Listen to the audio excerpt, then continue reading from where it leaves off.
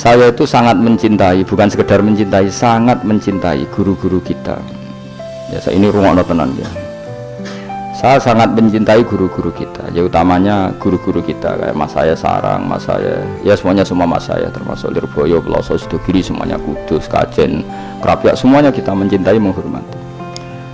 Juga sangat mencintai NU, saya juga mencintai Muhammadiyah, semuanya kita cintai. Cuma kadang-kadang kita mau tidak mau harus beda, satu bawaan pemikiran, kadang bawaan zaman.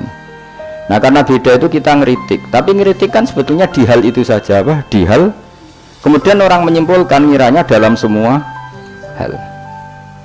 Sehingga ulama mulai dulu mana tidak terima bahak hadisnya Nabi butuh penjelasan, karena Nabi nak duko itu kadang ngendikan laisa minna, tidak termasuk golonganku orang yang pernah menipu. Loh itu kalau begitu betul kan tidak ada umatnya Rasulullah SAW. Kowe gak sekedar pernah menipu, rezekimu kok bodoh nih. Orang terima sekedar pernah, rezekimu kok bodoh nih. Wah itu laisa minna ini tak ngamek. Tapi zaman itu ulama sudah mentakwil laisa minna min fitil kal khoslah, di sisi itu apa? Di sisi itu. Misalnya kita beda dengan Wahabi, saya sering kritik Wahabi, tapi dalam hal yang saya kritik saja, dalam hal yang lain kita setuju. Misalnya tradisi mereka menghormati sahabat, kita setuju.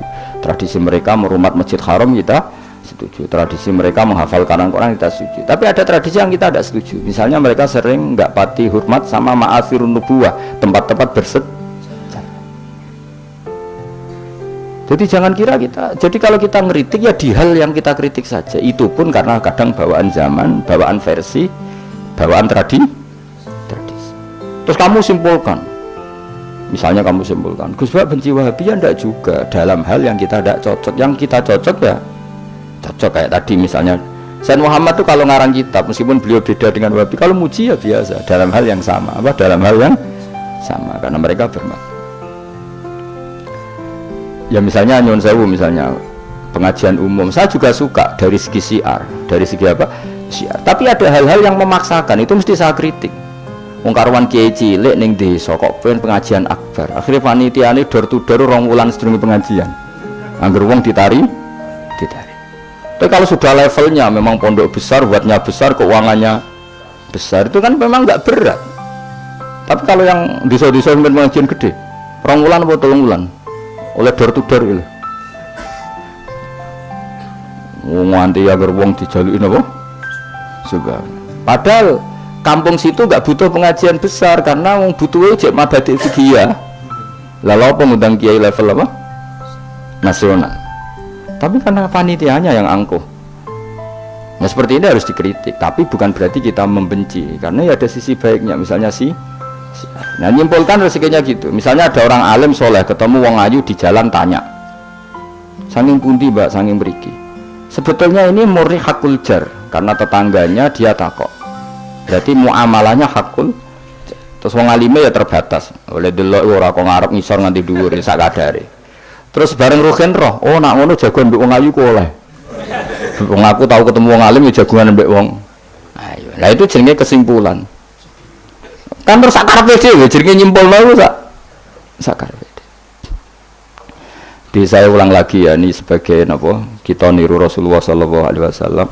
Wong mukmin kabeh kudu salimus sodri, napa? Salimus terus selamat dadane. Kula hormat sama semua orang se-Indonesia yang memberi kontribusi pada agama ini, saya hormat. Cuma bawaan kita beda itu dalam hal itu, apa? Dalam hal itu. Ya misalnya gini, nyuwun sewu, misalnya saya dengan tokoh-tokoh besar itu yang saya sebut itu saya hormati semua. Dengan tokoh yang kita mungkin cara zahir beda, kita hormat. Cuma mau tidak mau memang kita kadang kritik, tapi itu bukan bawaan kebencian, bawaan tadi kondisi, no? Misalnya gini, nyuwun sewu ya. Saya tetap menghormati semua siapa saja memberi kontribusi pada agama ini, baik yang terkenal maupun tidak, yang tersembunyikan namanya maupun tidak. Saya sampai sekarang masih punya adat sowan kiai-kiai yang nggak terkenal tapi memberi kontribusi pada agama ini, saya hormat. Tapi yang tidak terkenal juga punya sisi negatif sebetulnya, karena orang nggak bisa mengakses, karena enggak. Yang terkenal punya sisi positif, yaitu syiar. Tapi resikonya biasanya terkontinu, terrutinkan hanya ngomong-ngomong ketika ada acara besar. Tapi hariannya kurang bagus biasanya karena fokus apa?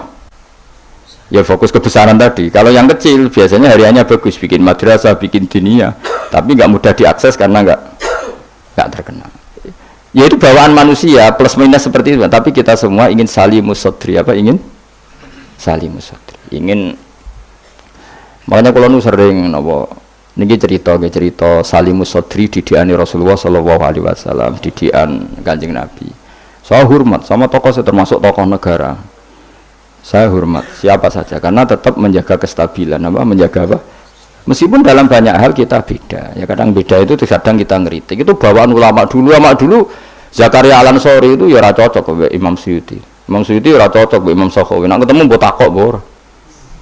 Ya ulama dulu biasa satu kurun itu saling nggak bertanya karena fokus ke dunia masing-masing. Misalnya tradisi kita kalau ngaji Quran itu ya yang ditanyakan sanadnya dulu. Tradisi mereka tajwidnya dulu misalnya, atau tradisi mereka itu makna dulu. Kita tidak tahu. Misalnya tradisi di India. Tradisi di India itu anak kecil itu kalau ngaji bersamaan dengan maknanya. Meskipun kecil. Di dalam sisi itu bagus India.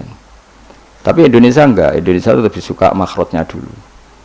Yang tentang fikihnya ada paket lain, ada paket. Terus kalau tradisi keluarga saya, meskipun keluarga Quran itu anak kecil ya nggak disuruh ngapalkan Quran. Bapak saya nggak pernah nyuruh saya ngapalkan Quran, tapi setelah bisa baca kitab, ya baru disuruh ngapalkan. Ada yang nggak, yang ngapalkan dulu biar apa? Otaknya masih jernih katanya. Ya macam-macam, semuanya baik. Dan kita saling ngeritik karena tadi, nak cacilik langsung ngapal lo, kadang najis gak roh sopan santun. Yang fatalnya lagi kadang akidah Ahlussunnah wal Jamaah nggak ngerti. Jadi ada lucu kan akhirnya hafal Quran tapi akidahnya tidak Ahlussunnah karena nggak pernah dikenalkan Ahlussunnah. Tapi sisi baiknya karena masih kecil gampang apa hafal, kemudian orang tuanya niat benain akidah Ahlussunnah. Ada yang sebaliknya dibelajarkan Ahlussunnah dulu baru